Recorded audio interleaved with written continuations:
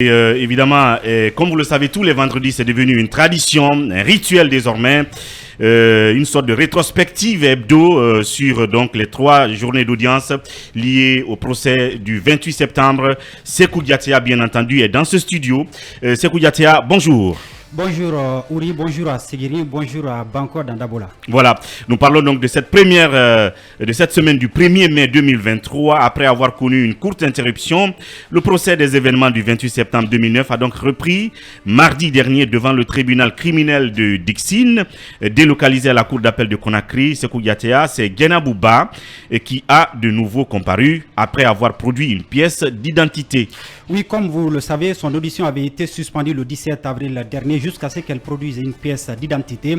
Mardi donc, le tribunal a annoncé avoir reçu la carte d'électeur produite par Genabou Ba. Les informations sur la dite carte sont conformes aux déclarations de la victime à la barre, a aussitôt fait remarquer le ministère public. Les avocats des parties civiles ont abondé dans le même sens.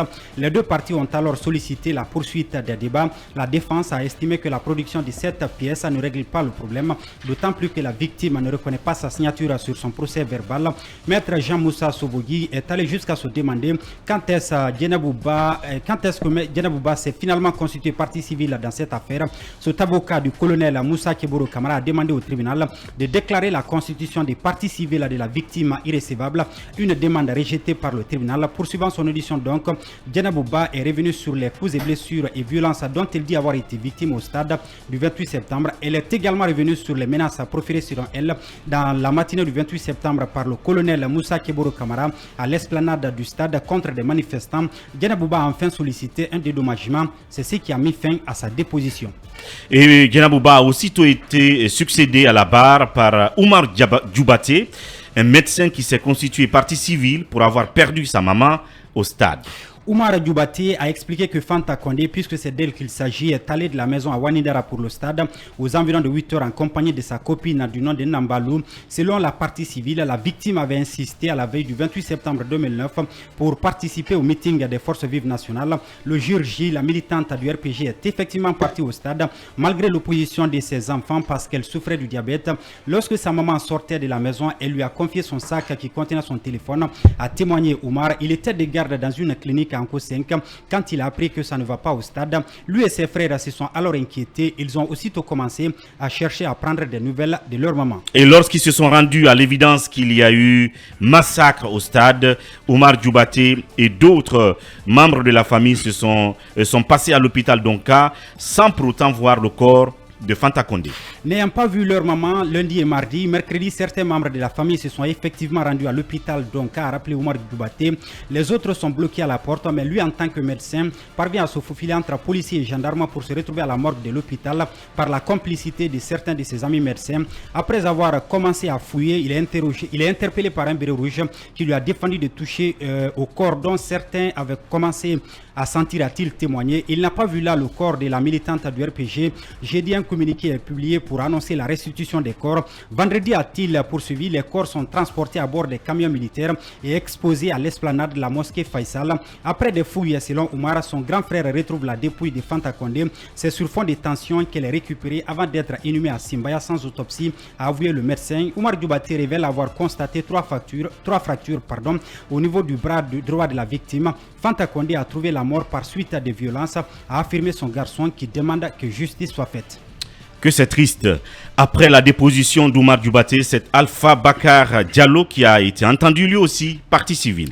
Alpha Bakar Diallo est chauffeur de profession né en 1987 à Conakry. Il dit s'être constitué partie civile pour avoir été victime, dit-il, de coups et blessures au niveau de la bouche et du ventre à l'aide d'armes blanches. Il accuse un béret rouge dont il ignore l'identité d'en être responsable. Alpha Bakar a expliqué qu'il est sorti de son domicile à Wanidara à 7 h du matin pour se retrouver à l'esplanade du stade avec la foule aux environs de 8 h. Il dit avoir remarqué à la porte au moins 6 hommes habillés en maillot de Chelsea. Ces derniers n'étaient pas armés. Ils invitaient plutôt les manifestants à entrer dans le stade en déclarant victoire, venez, venez. En même temps, ils fouillaient des passants à décrire la partie civile. Au moment où les leaders tenaient leur discours, les tirs ont commencé à retentir. C'est souvenu Alpha Bakar Diallo. Et en parlant toujours d'Alpha Bakar Diallo à la barre, il parvient à s'échapper pour un début, selon son récit, mais il est ensuite repris par des bérets rouges et contraint de ramasser les corps, selon lui. Il dit s'être sauvé en se faufilant entre les grillages et les barbelés quand la débandade a commencé suite aux tirs perpétrés par des militaires. Dans sa course, il dit avoir croisé le chemin des Bérets Rouges. Après avoir reçu des coups, lui et d'autres manifestants interpellés ont été sommés de ramasser les corps et de les rassembler au niveau de la porte du stade, a révélé Alpha Bakar Diallo. Il dit avoir vu une quarantaine de corps, dont 8 décès par balle et les autres par asphyxie. Il a ouvert une parenthèse sur le corps de Fanta Condé. Le jeune a affirmé l'avoir vu. Il a également révélé que les ramasseurs s'étaient montrés réticents à le transporter à cause de son mauvais état. Alpha Bakar était menacé d'extermination par un béret rouge lorsque la Croix-Rouge est arrivée, a-t-il relaté. Il en a profité pour s'éclipser avant d'être admis à l'hôpital Ignace Dine. Selon lui, le véhicule à bord duquel il a été transporté était suivi d'un camion militaire qui contenait probablement des corps. À l'hôpital, il dit avoir été pris en charge par une dame qui l'a amené chez elle à Sangoya pour le mettre à l'abri des menaces qui planaient sur les victimes à l'hôpital. C'est là qu'Alpha Bakar Diallo est rejoint par sa famille, a-t-il témoigné. Il porte plainte contre le béret rouge qui l'a blessé, mais il dit ignorer l'identité de ce dernier. La partie civile demande justice. Et mercredi, une nouvelle partie civile est appelée à la barre. Il s'agit de Mamoudou Conté.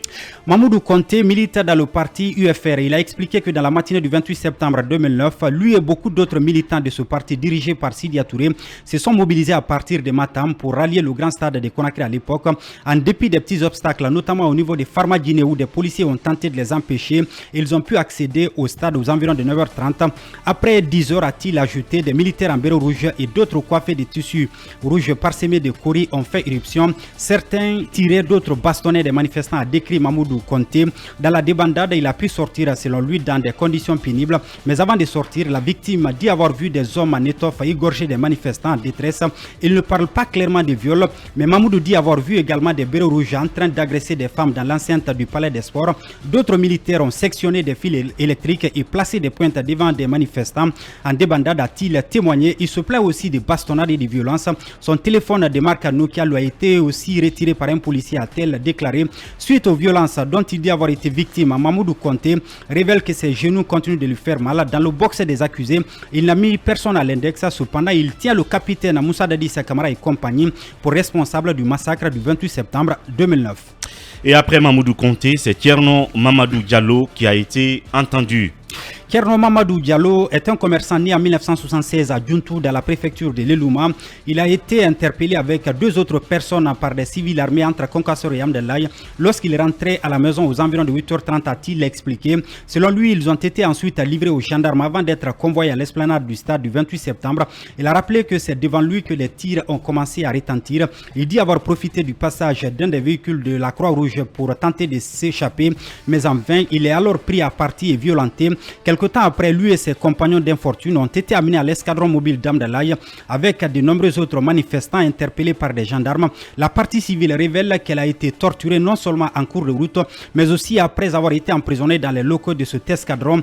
Tierno Mamadou Diallo témoigne avoir été fouillé et ses objets retirés, excepté son téléphone qu'il avait caché. Il informe ensuite à son frère et le lendemain, il recouvre sa liberté après avoir payé de l'argent dont le montant n'a pas été dévoilé. Il porte plainte pour coups et blessures contre ceux qui l'ont arrêté, mais il avoue ne pas être en mesure de les identifier. Plusieurs fois interrogé à propos, Tierno Mamadou a dit qu'il ne sait pas pourquoi il a été interpellé, d'autant plus qu'il ne faisait pas partie de la manifestation. Il est allé jusqu'à révéler qu'il a fui la Guinée pour aller se faire soigner et s'installer au Sénégal à cause des menaces parce que sa photo prise à l'esplanade du stade, selon lui, circulait à l'époque, notamment dans la presse. Sur cette photo, on l'aperçoit désemparé, en train d'être trimballé par 2 éléments des services spéciaux, l'un le tenant au collet, l'autre en position de lui donner des coups de pied par derrière. Une photo qui a été tristement célèbre depuis le massacre du 28 septembre. Et puis Taalatou Garanké Diallo est la 3e partie civile qui a comparu à la suite de Mamoudou Conté et de Tierno Mamadou Diallo ce mercredi.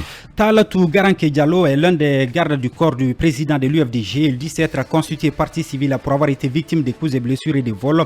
Le sexagénaire a expliqué que très tôt dans la matinée du 28 septembre, il a pris sa moto pour aller tâter le terrain. Il dit avoir constaté la présence massive des agents de maintien d'ordre et la mobilisation des manifestants à l'esplanade du stade. Il ajoute avoir été également témoin de l'arrivée du colonel Moussa Kebourou Kamara et ses hommes alors habillés en body noir et coiffés de bérets verts. Selon Taalatou Garanké, l'ex-patron des services services spéciaux a menacé de massacrer des manifestants et de faire arrêter des leaders s'ils ne quittaient pas les lieux. C'est sur fond de brouhaha que les premiers tirs à balles réelles sont intervenus, entraînant la mort des 2 premières personnes, a relaté la partie civile.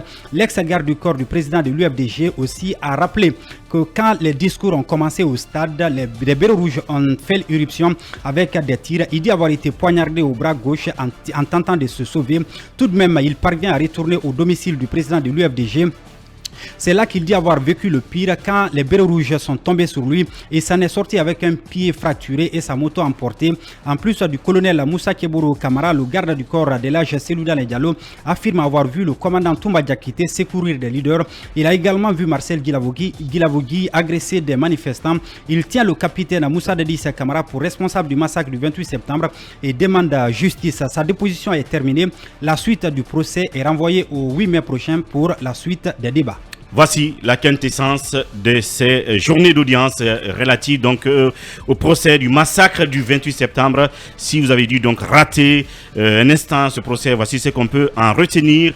Merci Sekou Diatia. Merci Uri. On vous retrouve vendredi prochain. Pendant ce temps, Mirador continue dans un instant.